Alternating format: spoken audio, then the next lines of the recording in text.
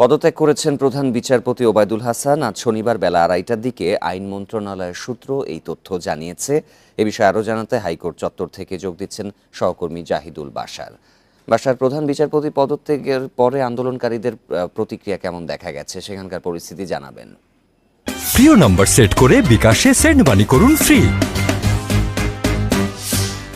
আমরা এই মুহূর্তে আছি একেবারে সুপ্রিম কোর্ট বারের যেই মূল গেট, সুপ্রিম কোর্ট বার অ্যাসোসিয়েশনের সামনে। এবং কিছুক্ষণ আগে আমরা যেটি জানতে পেরেছি যে এত বড় আন্দোলন, শিক্ষার্থীরা সকাল থেকে হাজারো শিক্ষার্থী, ছাত্র জনতা এবং আইনজীবীরা আজকে বন্ধের দিনেও যে এখানে একত্রিত হয়েছিলেন যে দাবি নিয়ে, সেটি কিন্তু এরই মধ্যে বাস্তবায়ন হয়েছে। কিছু অংশে আমরা যেটা জানতে পেরেছি, বাংলাদেশের প্রধান বিচারপতি ওবায়দুল হাসান তিনি তার পদত্যাগপত্র আইন মন্ত্রণালয়ে পাঠিয়ে দিয়েছেন, অর্থাৎ তিনি পদত্যাগ করেছেন।